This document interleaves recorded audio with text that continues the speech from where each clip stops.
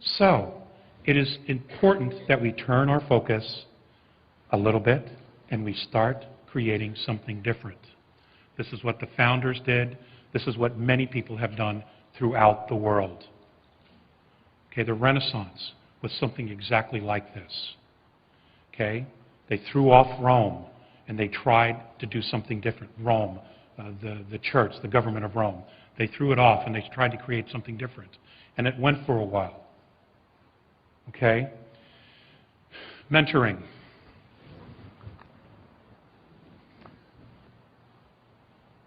The conversation in the exopolitics community, in my personal opinion, is no longer, do UFOs exist? It's completely irrelevant. Okay? We already know they do. Where do they come from? That has some validity. Is it metal? That doesn't have any validity. It doesn't matter. Okay? What matters is, why are they here? And what can we do to learn from this experience? Now, the reason that many of the extraterrestrial groups benevolent are not talking to the government is because they know they're compromised. I will tell you that there has begun some mentoring off-world of our military. Off-world. It has begun. But that is such a small piece. What really needs to happen is we need to create a new domain of knowing, and we need to call this information directly to ourselves. No more middleman. No more middlemen. Okay? They can't be trusted. We have to do it ourselves. Now, how do we go about that? I don't have all those pieces. The idea was to share it and plant the seed inside of all of you to start thinking about, what does mentoring look like? What would it how would you imagine extraterrestrials coming down and saying, okay, folks, you have pollution. We can help you with that, but these are the steps you need to do. Here's the technology that already exists on your planet to do this. And here is how you need to use it responsibly. Again, self-responsibility.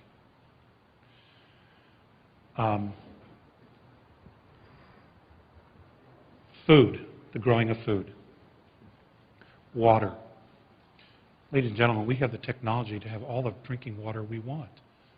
Just build desalination plants.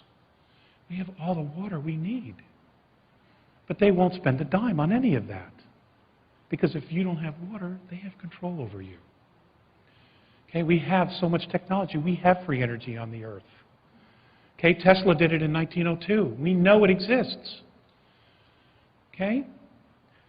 A hydrogen engine in a car was built in 1955 and did 110 laps at the Indianapolis 500 racetrack. The plans were bought by Gulf Western Oil and never seen from again. That's 1955. Okay? There's just so much. There's so much.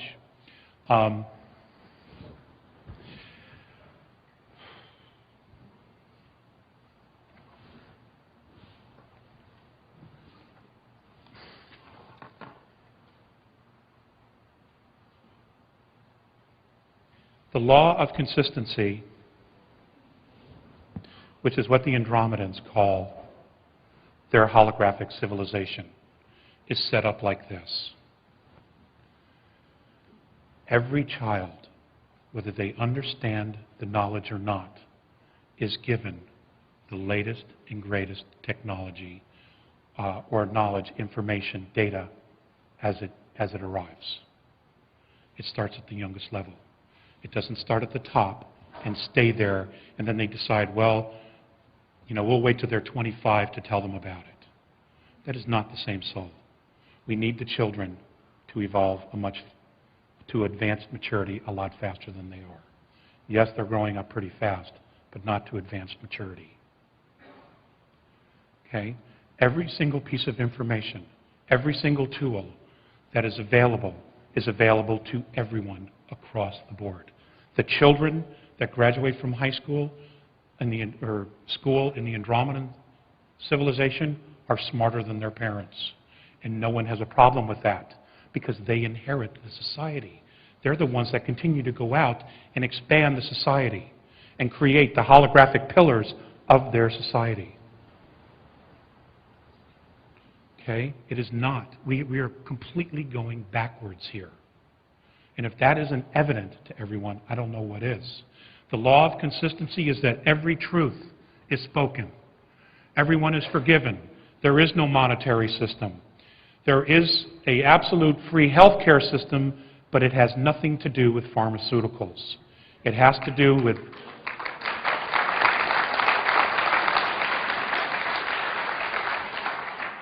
with color, light, and sound, which is what we are, even in our physicality. Color, light, and sound. It has to do the advancement of the soul. We have a damaged DNA structure, so when we reincarnate, we do not always remember things. There are people who do great jobs doing past life regression, and people can pull some of those pieces.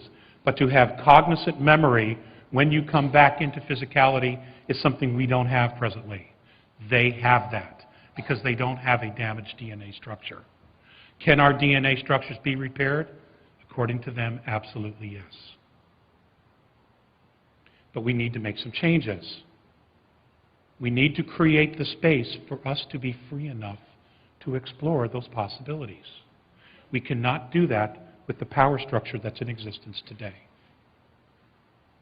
So we need to create another domain of knowing.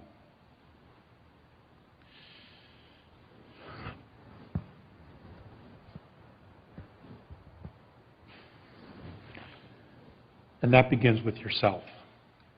The love that you withhold is the pain that you carry lifetime after lifetime. And it all begins with us, each one of us individually.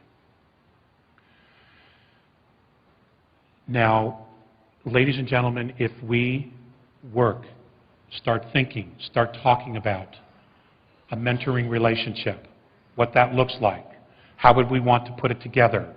How would even go so far as to say, okay, here's where we want to do this. Here's how we want to do it. Who do we want present? Do we televise it to the masses? Everything, every detail, they absolutely will meet us halfway. They are not going to come in here and save us or rescue us from ourselves. They're not going to do it. If any of you are familiar with the Andromedan information, one of the things that was first shared with me when I became an adult was that in our galaxy, tyranny showed up very unexpectedly. And them and other races that are part of the Andromedan Council have come back in time to this moment on our planet and the other star systems that are having problem with the pirates to this time period. This shift in consciousness here to this time period. This shift in consciousness here is what flips it either way.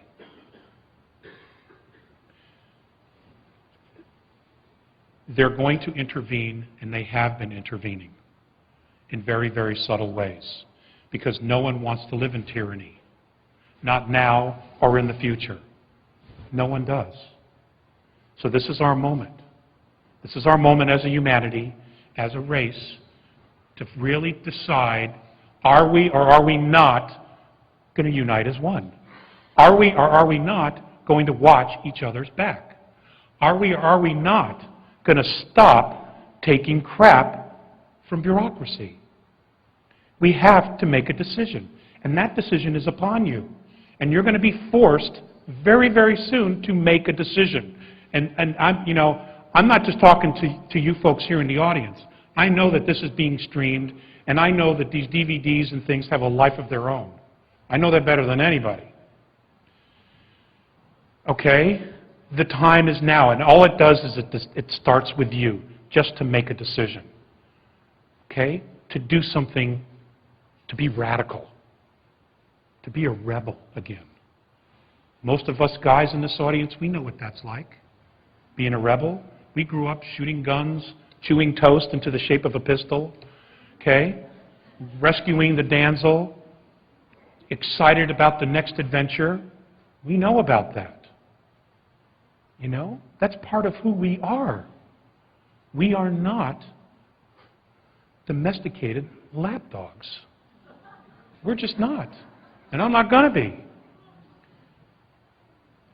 And I'm not talking about going out and causing crimes. I'm talking about defending yourself, your liberties, your rights, your family, and your community. Okay, because nobody else is going to do it for you. In fact, they're all working against us. And even they don't realize what they're doing. They really don't. Because so much information is compartmentalized. They don't realize the big picture. But many people are waking up very, very quickly, and I know I'm preaching to the choir in that. But it's amazing to see how many people are waking up and questioning everything. Okay?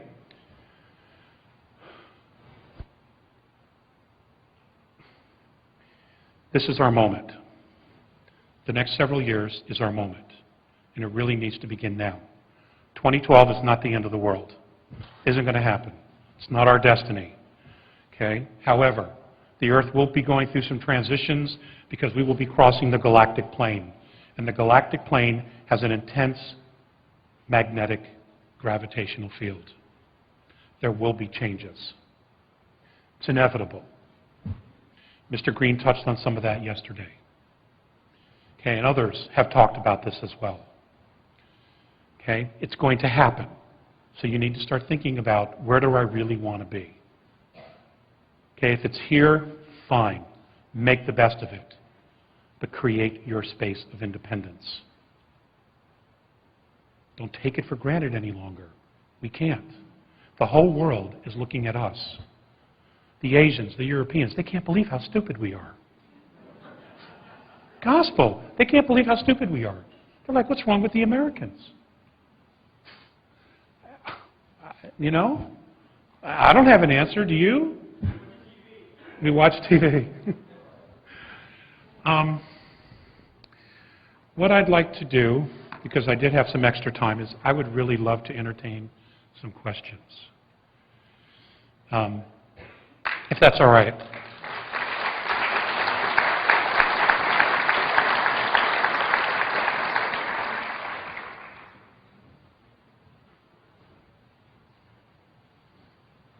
Easy ones. Okay. Thank you, Alex. This is excellent. And I want to address the mentoring suggestion because I think it's actually fascinating. I think that this is coming directly from the Andromedans. Yes, it is. That you're getting that you've been in contact with. And mentoring is an interesting way of putting it, okay? If you mentor somebody, you do not rule them. You do not tell them what to do, okay? That's key. Mm-hmm. And nobody has even suggested this. I think it's fascinating. So what we have here is the notion that you can be in contact with beings that can help teach you. Now, this is going on. This is going on. I'm aware of it. Camelot is aware of it. By God, we wouldn't be here today if it wasn't for that. There is mentoring going on. But you do have to ask for that to happen. And you have to be as fully conscious in the process and as responsible and have that ability. You cannot sit there and ask them to do for you. It's not what it's about. And so I would love it if you would talk about, because you obviously have been mentored. So who better to teach us what does that look like? How is the interaction with you? Just describe, and I know that you have maybe talked to some degree, but in your interactions, if you could discuss some of the ways they have mentored you to this point. Okay. Know that my mentoring has gone on with times that I have literally been kicking and screaming.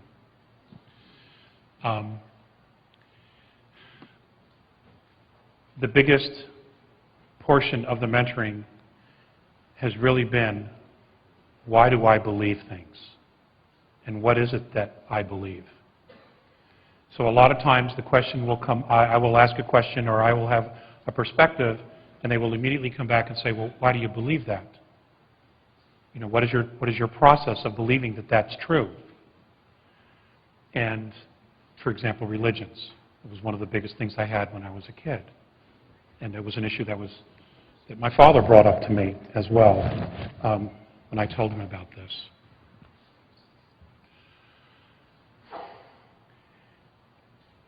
We have formed perceptions of reality that are not based in reality. They're only based on perception. Now, in accepting that perception as reality, what we do is we reinforce that illusion. And that's what we have done on Earth, is we have reinforced the illusion about who we are.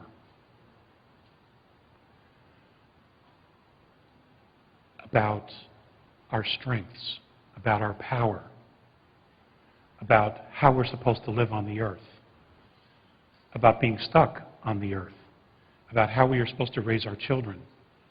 We have bought into these perceptions. The hardest things were to really look at myself. And this is really where the work is, and it's always with yourself. The most difficult work has probably been for me in the last 5, 6, 7 years.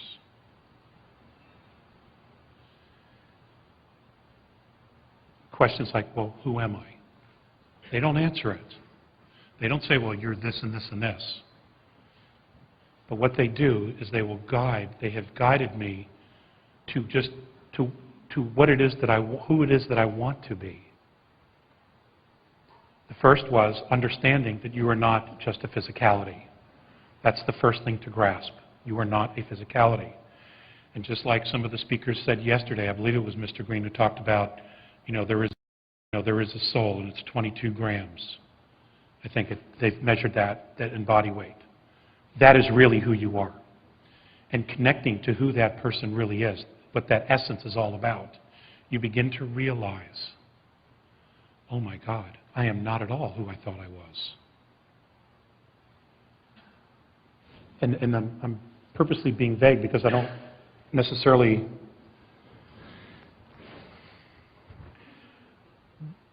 want to tell you who I am, other than to say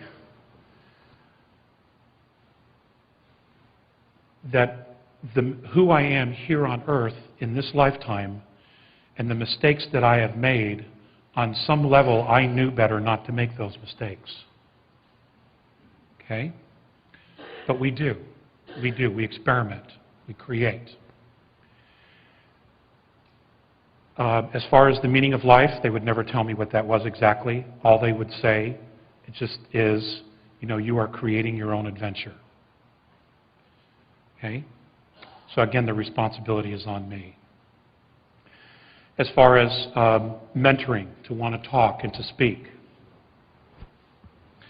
the idea was to just keep it very, very simple. To just share their perspectives and let the people do whatever they wanted with it. And it doesn't matter whether anyone believes it or not. People know truth. People know bullshit.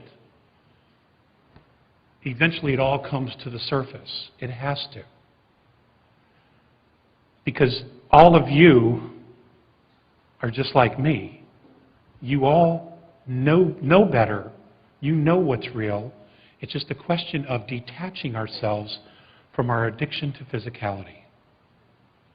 And that's what it is now. It's become an addiction because the focus is on the physicality. We're not objective anymore.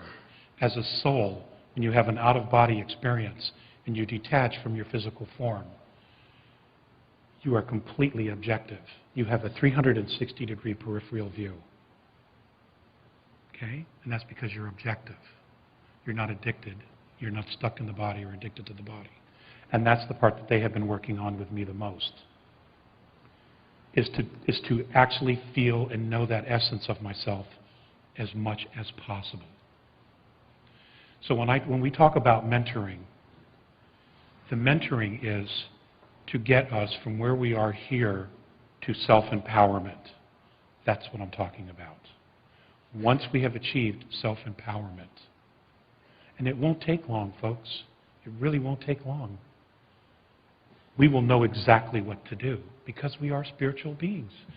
We are eternal. There is no age to us. And that's not a metaphysical blind. That is a reality. So the mentoring is to help us move out of our addiction to physicality into full power as spiritual beings. And it isn't full of dogma.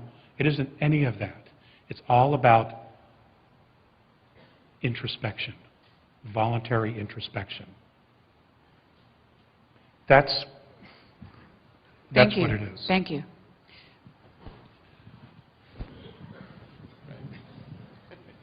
Hi, Mr. Collier. Thanks for being here today. I wanted to ask you something about something you mentioned in your interview before. You mentioned that an ancient race called the Patal created human beings probably so long ago. I wondered if you could just elaborate on that, because I always just wondered about it ever since you said it. Thanks. It is believed that an ancient race, some of them call them the founders, other cultures call them the Patal, created not only the wormholes, but created most of the physicality in what we know as our universe. Because as they travel, they are finding civilizations and the ruins of civilizations far beyond anything that even they know. And we're talking 5th, 6th, 7th, 8th, 9th, 10th density space travelers who are traveling not only in moving in our physicality and other physicalities, but even their own. The wormholes is the best example that I've been given. No advanced space race has any idea how they were actually built, but we know that they exist. In fact, there are several that have snapped, connecting our galaxy to some of the other nearby galaxies. They've snapped, and no one knows how to fix them because we don't even know how they were built. So. Hi, I'm Dan Bender, the one who's working on the streaming, and I was asked by the streaming audience, which is now up to 1,500 members currently watching, and I think we've probably had over 10,000 that have tuned in on this particular segment, and I picked, thank you.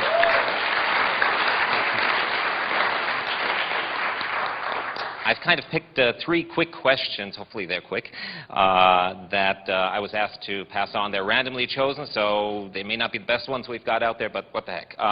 One of the first ones was, what free energy devices do you know about?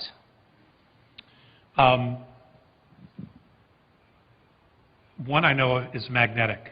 It's essentially was invented by a gentleman in Tennessee that was just a bit larger than a shoebox. And it was generated by magnetics.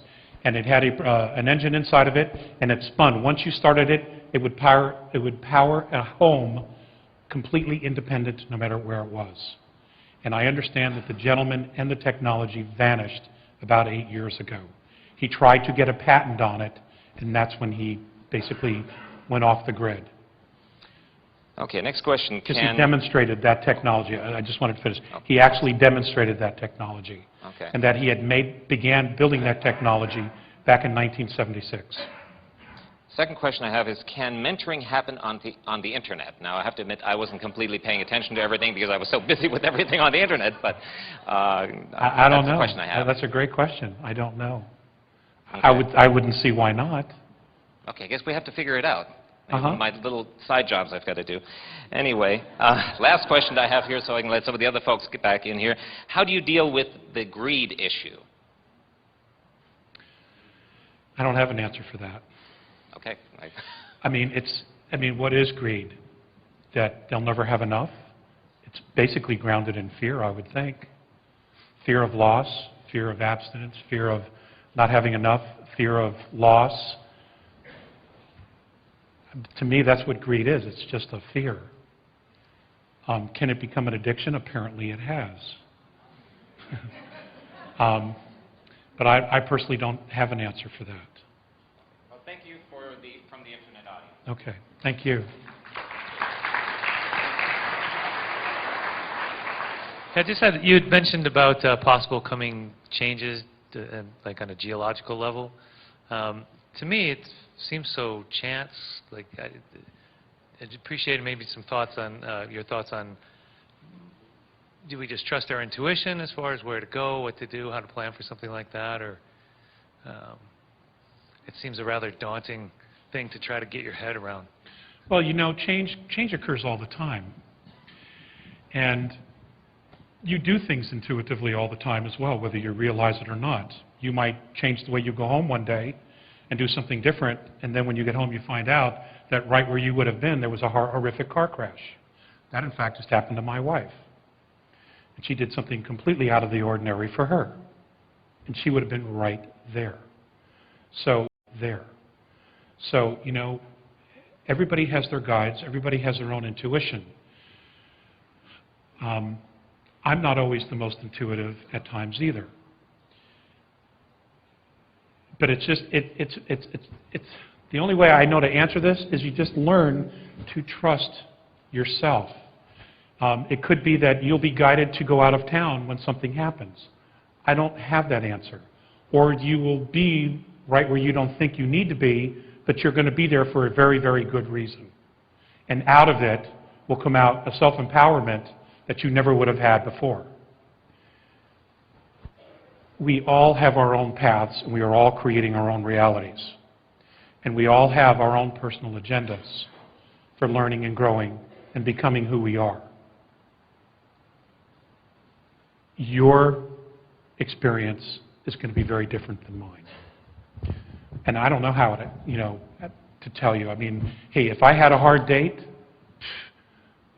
but I never do, and I don't get a hard date.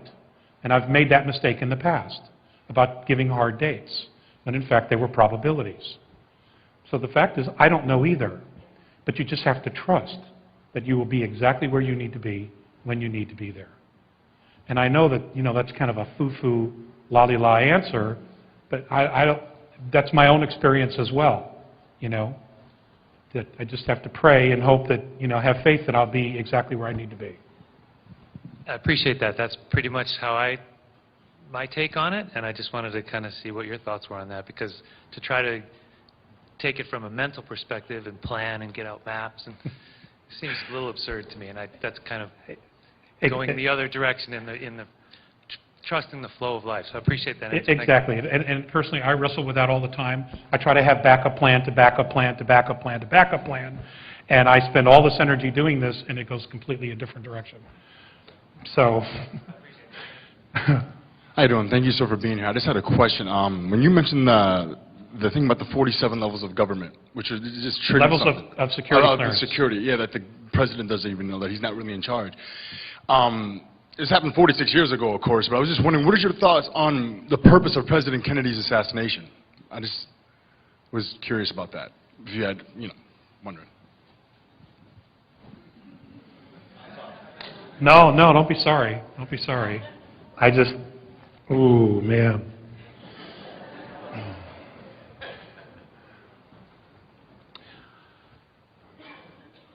Okay, I will tell you my perspective on that. Eisenhower told Kennedy about 54. So Kennedy knew, and he told Bobby, obviously.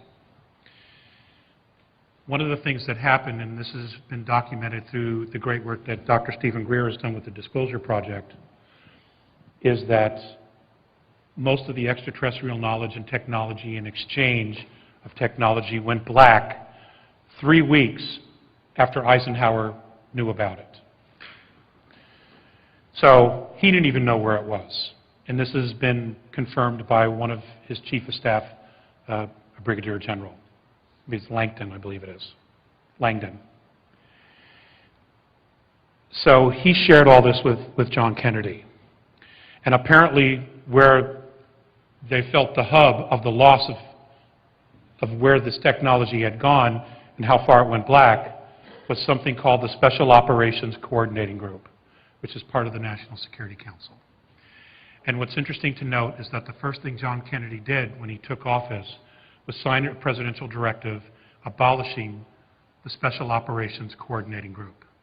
Now, no one knows exactly who they are, but they're not only connected to the intelligence, but also to all the black programs, to the secret space program, and everything else. There is some conjecture that these people are the governors of the Federal Reserve, because they control the money, and it's really all about the money.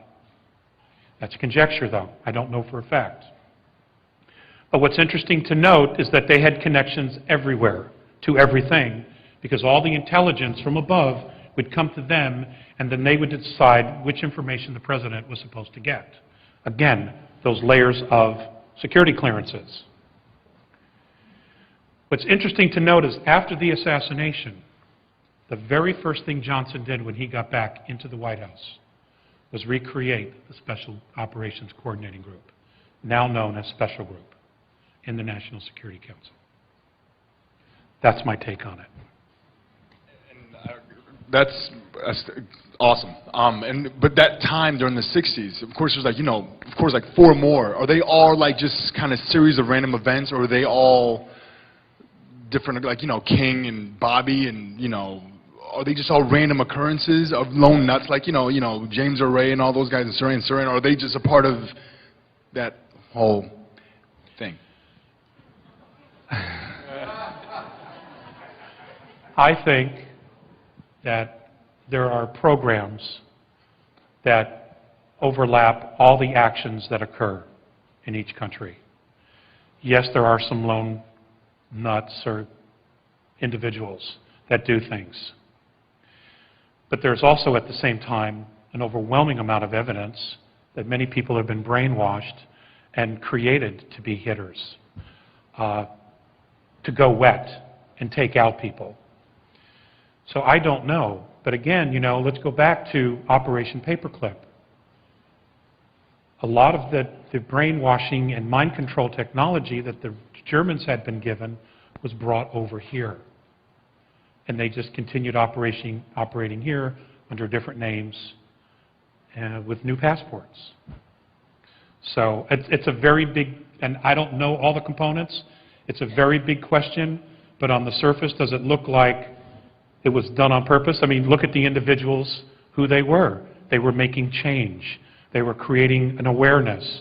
They were behind a very powerful, or the focal point of a very powerful movement for change, to make things happen for the betterment of everybody.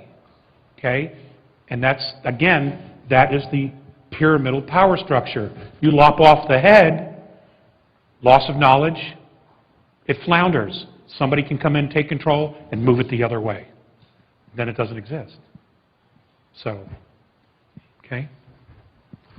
Hello, sir. Thank you for being here. You're welcome. First, I wanted to thank you for bringing up a subject that I feel is one of the most important things that we can talk about here at this conference. And as far as I can tell, you're the first person to bring it up. It's the monetary system, the economic system that we predominantly use in this world. What my question is if you or the Andromedans have any insight to offer as far as the transition that we'll need in order to transcend an economic system that posits us in a position of feeling like we need to compete with each other in order to survive, making us feel separated from each other instead of being one. That's a great question. And let me ask you this back. What are your thoughts on it first? Obviously, okay, you can tell how I worded my question. This is about, mentoring is about self-empowerment. That's right. Okay? What are your ideas on it first? It's great to ask somebody for their advice when you don't have a clue what you want to do. Okay? But that can wrongly, or to your betterment, influence you. But it's better for you to have some idea about where you stand and why you stand on a particular position, or a reason to make a change, than to have somebody tell you why. Reason to make a change than to have somebody tell you why. And that's what they want. They want us to come halfway. I very much agree with that point, as a matter of fact, and I do have a lot of my own opinions regarding how we can do it. I just felt that it was an important subject to bring back up, and I feel that personally it goes back to something that you said regarding the creation of something that doesn't already exist on the world, that never has before. And I feel that that's what we need in the form of human interaction. We can do this. I mean, as souls, when we're not here on Earth, we've been in other civilizations that don't have a monetary system. We have this knowledge within us. We do know. We just don't have access to it at the moment. But we do know. All of us. Okay. Thank you very much for being here. I'm very inspired by It's an honor your message. for me. Thank you, and for us too. My question to you is, you spoke earlier about the whole thing of the domain of knowing and, the intention that we have together, and how, at one point there was not this whole human rights. So how can we come together as a group collectively in creating an intention for the world that we want to see? How can we, all of us are asking, what can we do? What can we all do to collectively share our intentions of the world that we want to see, the world that we want to create? They have their intention, but perhaps we need to collectively have ours and align together about the world we envision. And I'm wondering if you have any advice or counsel or mentorship about how we can unite in that way and gather our intentions to create the world we know to be true in our hearts, we know is possible for us to live in, that we remember. Well, that's the first step. Just talking with your friends, people of like mind, okay, just creating that vortex of knowledge, of harmonic, of frequency. And as you begin to talk more and more about it, your group grows. I'll give you an example. The best example that comes to mind is in Colorado. There were a group of women who were the wives of soldiers over in Iraq. And what they did was they formed something called the Kitchen Militia, okay, where they would all get together, not only share recipes and about rearing children, yada, yada, yada, and sharing information and letters about their spouses overseas, but they would also start talking about different ideas. And some incredible ideas came out of the Kitchen Militia, and several of them even started companies of ideas that came out, and now they're employing many of the people within the Kitchen Militia. So it's very simple steps. And again, it individually, this doesn't necessarily, I mean, this has to be a grassroots. And all it takes is a focus, a turn of our focus away from the drama and the crap that they want us to focus on the news and CNN, etc., and start thinking about, what is it that I want? What information do I want to know? What do I want to hear? Okay, what information do I want to hear on the news? What kind of neighborhood do I want to live in? Okay, what do I want to talk to my friends about? What's really important to me? And ladies and gentlemen, back in 1993, I was telling everybody to throw their televisions away. I really was. I told you so. Okay? I mean, we have one, and we just watch movies, and we choose which movies we want. I do have rabbit ears so that I can watch the election to find out who's going to screw us for the next 4 years. Okay? And that's roughly it. And the Super Bowl. But now I can get that online, so now I don't even have to plug in the rabbit ears. So,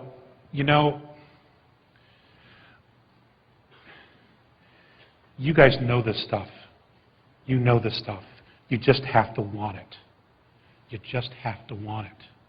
You got to want it so bad that you're willing to just do it and say, enough is enough. You do that with your kids. You do that with your neighbors. You do that with your bosses. Now you got to do it about your life. What is it that you really want? Get some clear, distinct ideas about what it is you really want. Because the system we have now is crumbling, and it's going to continue to crumble. All the illusion in the world is not going to keep it standing because it's run its course. It's done. So we have to create something else. And we have to, because if we don't, the powers that be will create it for us. And I guarantee you, you will not be free. You won't be free. You won't like it at all. You won't. It's a given, absolute given.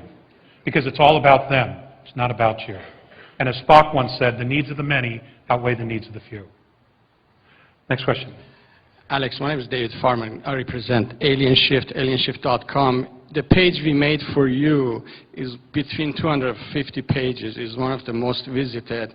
AlienShift is about new hope for humanity, and you are one of the, we could call you the new hope for humanity. I want to thank you for all the stuff you've done. Basically, my question is, I'm sorry, you want to say something? It's not about me. It's not about me. It's all about us. And the question I have is about us, the public. Every ufologist, past 30 years I've been watching, they write books and videos and they go home. There is no unity, there is no group that can, how can we create such a 40-man international group that would have a leader like you, for instance, or whoever else want to take the position, and we have our voice with ET and with the people of the earth. You guys are all waiting for governments. Don't do that. Don't do that. We are the governments between humanity and the ET. Do not wait for any governments to help you guys.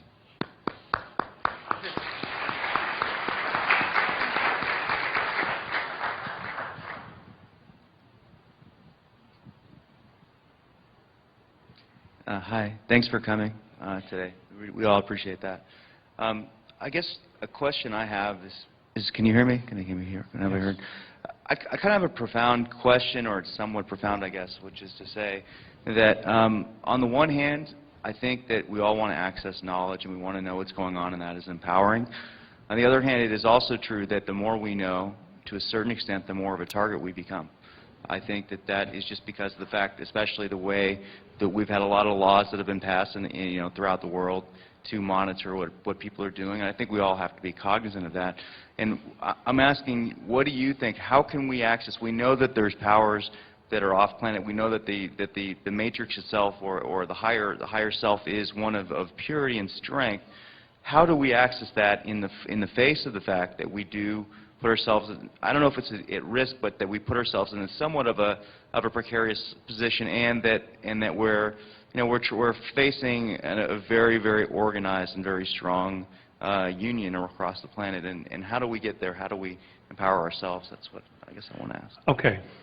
Let's deal with the first thing you said. I want you to do me a favor, just for a moment. I want you to get down on your knees.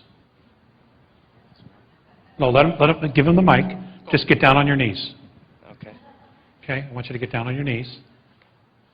Yeah, just like that. Look at me. I want you to look at me.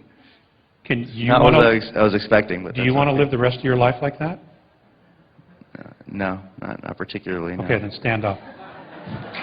Then stand up.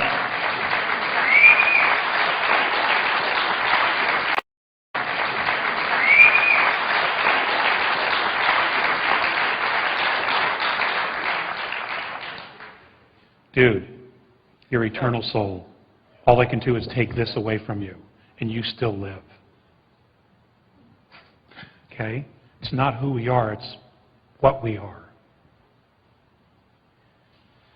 As far as forming an organization, it needs to be grassroots, because everything else that becomes a foundation or a corporation, they take over. If it's a grassroots, and everybody in this audience and every citizen around the world, if we start watching each other's back, there isn't jack that they can do to us.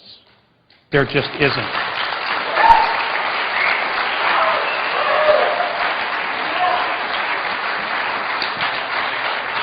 I hear you. Okay, that was dramatic. Here you go. Thanks. I got up because I wanted to assert that we are the ground crew. Sorry. I wanted to assert that we are the ground crew, and that we are being mentored, and find out if you disagree with that, that this is the choir, and that we are being mentored already, whether we've been tapped on the shoulder by someone from another part of the galaxy or not. And that we should stop denying that we are already being mentored and we already are getting the message of what it is that we need to do. Well, I think George said it best yesterday, Mr. Green. We are extraterrestrials. You know, we're just trying to reconnect to kin, basically. You know, so yeah, you're absolutely right. You're absolutely right. I don't have any problem with that. The reason for my purpose for reiterating it is knowing that these things go wherever they go, and that there are so many people now coming into this, discovering it for the first time, or at least asking questions, and it's important to bring them on board as quickly as possible, to just have them to plant the seed. Hey, on some level you are already being mentored spiritually, and we just need to bring the physicality and connect that to the spiritual essence of ourselves. Thank you. That was my purpose.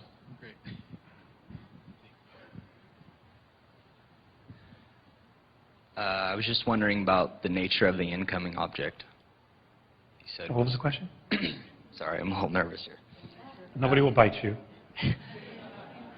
Yeah, you mentioned an incoming object, like 22 degrees to Uranus or something? 18 degrees right ascension of Neptune's orbit. All I know is that it's a planetary structure, and it's friendly. It's not. But I don't know anything more else about it at the moment. But I know it's friendly. That works. Okay, it's not Nibiru. I have a question, but as I was standing there, I had a realization. You were talking about the holographic kind of system that they've put in place, and that you said that we need to implement that holographic system. And when you said we need to become grassroots, everything has to become grassroots, I got it on an extreme level, that by continuing to share it passionately with absolutely everyone, that we are creating the holographic system that they can't destroy. That's right. It's impossible. So I really got it. Thank you. You're but very welcome. My question is, you were mentioning that the Andromeda have the DNA to be able to remember past lives, and that our DNA is damaged, so we cannot. Do you know of ways in which we can heal our DNA, and would accessing the blueprint of perfect health and healing in our higher self be part of that? It's a great question. I don't have the answer to that. Thank you.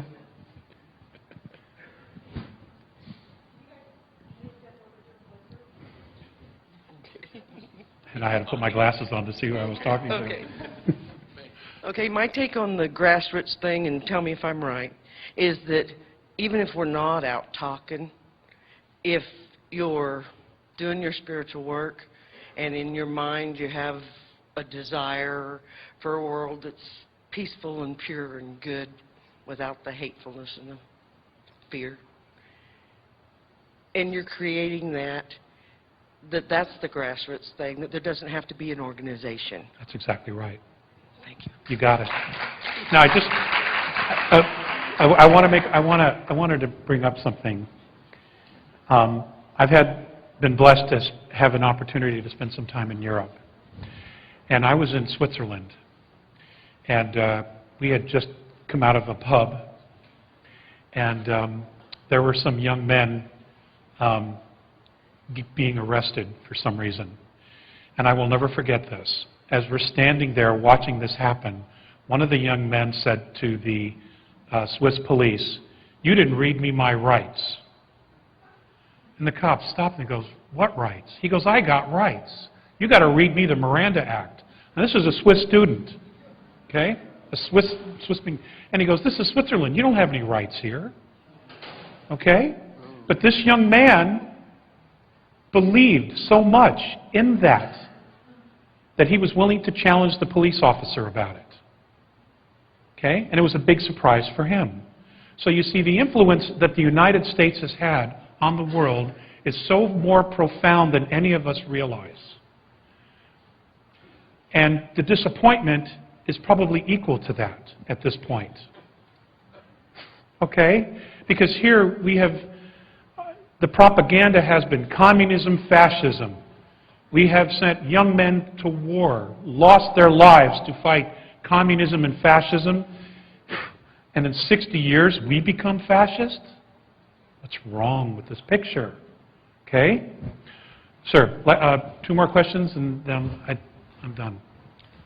I wanted to preface this question with just saying again, as I spoke with you in private, it's an honor and a privilege to have you here with us, and thank you for speaking of what you know. And I also wanted to say that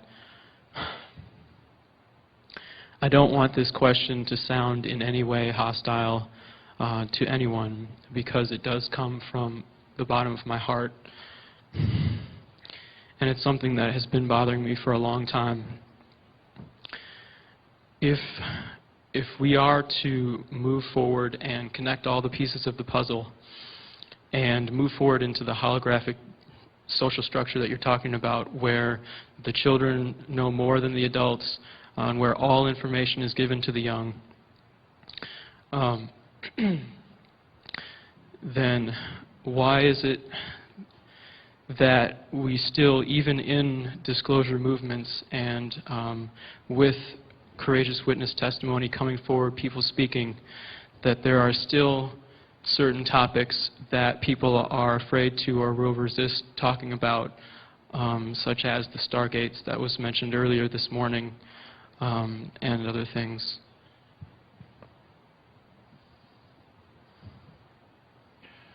So is your question exactly why there are still some topics people don't want to discuss? Right. In people who are just courageously stepping forward and risking their lives to speak out about what they know, why is it that they do not speak about everything that they do know, and there are still topics that they wish not to speak about? Well, that's a great question, and I'm also guilty of that. It's a comfort zone, it's a comfort level, and everything has its own timing. What would happen to humanity if the government were to come clean about everything that they know about everything that they know? Could humanity totally deal with it? That they know about everything that they know. Could humanity totally deal with it? Probably a portion of humanity could deal with it. The other portion, or portions or groups, could not maybe deal with it, at least in the very beginning, because they have constructed a reality around themselves that is based on perception that is an illusion. And to shatter that all in one swoop can be a disservice to them. The idea is to take people and give them the tools that they need so that they voluntarily begin the process of self-responsibility and voluntary introspection. The information is there, and it's been out there for 50, 60 years. We'll take the UFO community as a whole, exopolitics. More and more people are coming into this. Who is the biggest group now? It's the young people, okay, which is promising. They are, in fact, influencing their parents by having discussions at home. What do you think about this? What do you think about that? So it doesn't matter how it happens as long as it happens. Now, I mentioned Dulce in our conversation earlier. There will be people, I'm sure, who will contact these two to really want to talk about that. And they're going to have to be very careful about how they present the information, because the things that happen there are horrific. Absolutely horrific. And they had to be dealt with, and they were dealt with. However, that element that was behind those atrocities still exists here.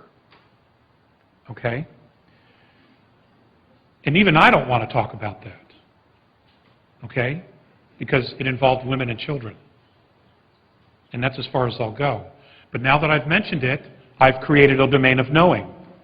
Okay? I've just created a domain of knowing. Now each of you will start going out, thinking about that, doing some research to pull that information to you.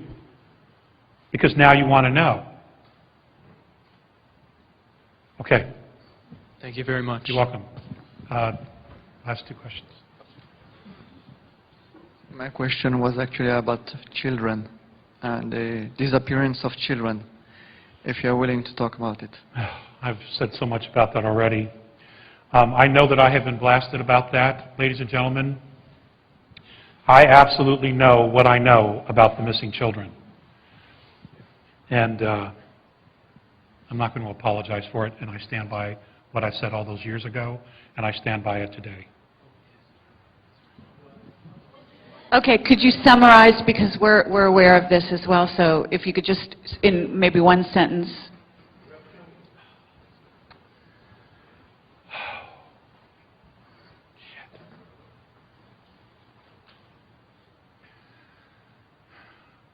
We have become a natural resource.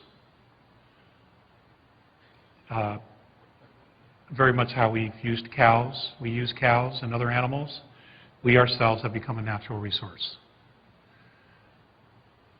The younger ones are the most desirable because they're not tainted with chemical poisons in their bodies, because they're young. That's all I'm going to say. Laura Knight-Judzik has gone into this in depth, and Rich Dolan has also written a review of her book that's very positive, and Rich has, and Alfred Weber published an article about the subject. So if you want to investigate it further, because it's actually, I just want to augment what Alex is saying here in the sense that the point is not to give you everything out on a platter, okay? It's for you to understand what's going on. The point is to give you direction. What Alex is doing here is mentoring you, okay? He's giving you indications, and that's what our whistleblowers do, by the way. They don't tell you everything. They don't even tell us everything. But they give us the clues that we need to do the research necessary to find out the truth. And when you hit the truth, it gets you. You can tell. You know it. You want to be in denial, go right ahead. It's out there. The truth is out there. It is unbelievably out there.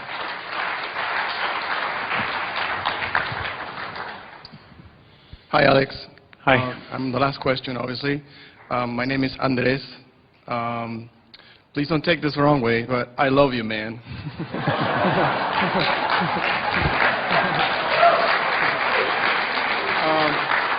My actual question is actually directed to the audience and to you. I was wondering if you wouldn't mind conducting a little mini meditation for all of us to direct our intention to change the future that we want to have. I was wondering if you would like to do that. Thank you.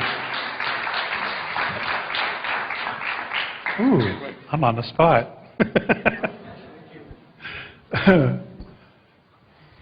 Well, this will be a first.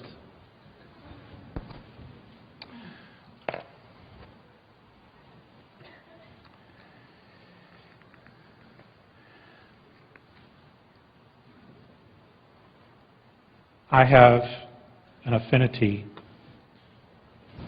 for very simple common sense spirituality, which has always led me to the Native Americans.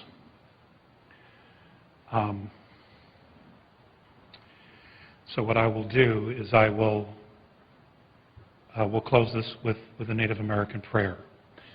And that just happens to be the same prayer that's on the front page here that I have with me, and it's usually always the prayer that I go to. I change the words and make them my own after all these years, but for the purposes of this, it says exactly what I would want to say. Great Spirit, whose voice I hear in the winds, and whose breath gives life to all in the world. Hear me. I am small and I am weak, and I need your strength and your wisdom. Let me walk in beauty, and let my eyes ever behold the red and purple sunsets that you have created with me. Make my hands respect the things that you have made, and my ears sharp to hear your words and your voice. Let me learn the lessons that you have hidden under every rock and leaf. I seek strength not to be greater than my brother, but to fight my greatest enemy, myself. Make me always ready to come to you with clean hands and straight eyes, so that when my life fades as the fading sunset, my spirit can come to you without shame. Amen. Ladies and gentlemen, it's been an absolute honor for me. Thank you so much.